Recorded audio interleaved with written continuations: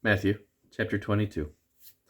And Jesus appeared and spake unto them again by parables, and said, The kingdom of heaven is like unto a certain king, which made a marriage for his son, and sent forth his servants to call them that were bidden to the wedding, and they would not come. Again he sent forth other servants, saying,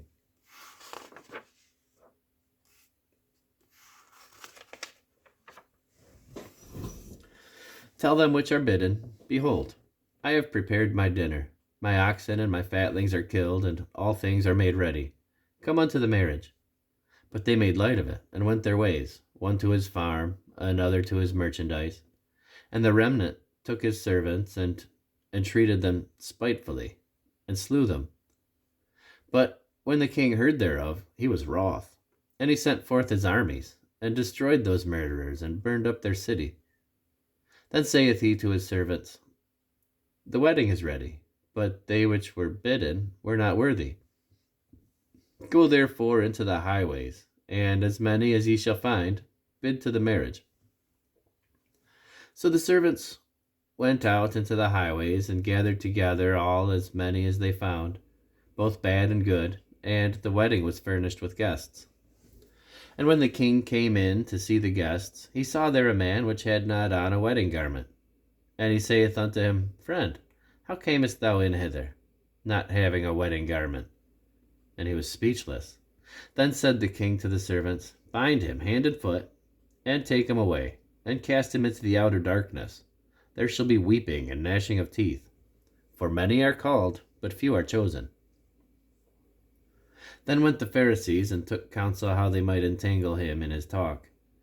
And they sent out unto him their disciples, with the Herodians, saying, Master, we know that thou art true, and teachest the way of God in truth. Neither carest thou for any man, for thou regardest not the person of men. Tell us therefore, what thinkest thou? Is it lawful to give tribute unto Caesar, or not? Then Jesus perceived their wickedness. But Jesus perceived their wickedness, and said, Why tempt ye me, ye hypocrites? Show me the tribute money. And they brought unto him a penny. And he saith unto them, Whose is this image and superscription? They say unto him, Caesar's. Then saith he unto them, Render therefore unto Caesar the things which are Caesar's, and unto God the things that are God's. When they had heard these words, they marveled, and left him, and went their way. The same day came to him the Sadducees, which say there is no resurrection, and asked him, saying, Master, Moses said, If a man die, having no children, his brother shall marry his wife, and raise up seed unto his brother. Now there were with us 7 brethren, and the first, when he had married a wife, deceased, and having no issue, left his wife unto his brother. Likewise the second also, and the third, unto the 7th. And last of all, the woman died also. Therefore, in the resurrection, whose wife shall she be of the 7? For they all had her. Jesus answered and said unto them, Ye do err, not knowing the Scriptures, nor the power of God. For in the resurrection they neither marry, nor are given in marriage, but are as the angels of God in heaven. But as touching the resurrection of the dead, have ye not read that which was spoken of unto you by God, saying, I am the God of Abraham, and the God of Isaac, and the God of Jacob? God is not the God of the dead, but of the living. And when the multitude heard this, they were astonished at his doctrine. But when the Pharisees had heard that he had put the Sadducees to silence, they were gathered together. Then one of them, which was a lawyer, asked him a question, and tempting him, and saying, Master, which is the great commandment in the law? Jesus said unto him, Thou shalt love the Lord thy God with all thy heart, and with all thy soul, and with all thy mind.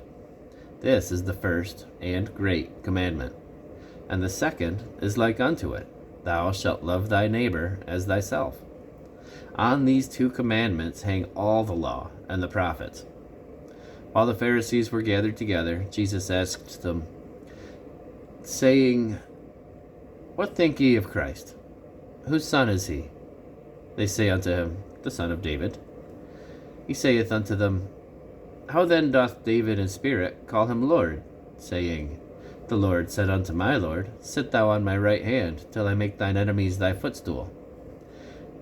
If David then call him Lord, how is he his son? And no man was able to answer him a word, neither durst any man from that day forth ask him any more questions.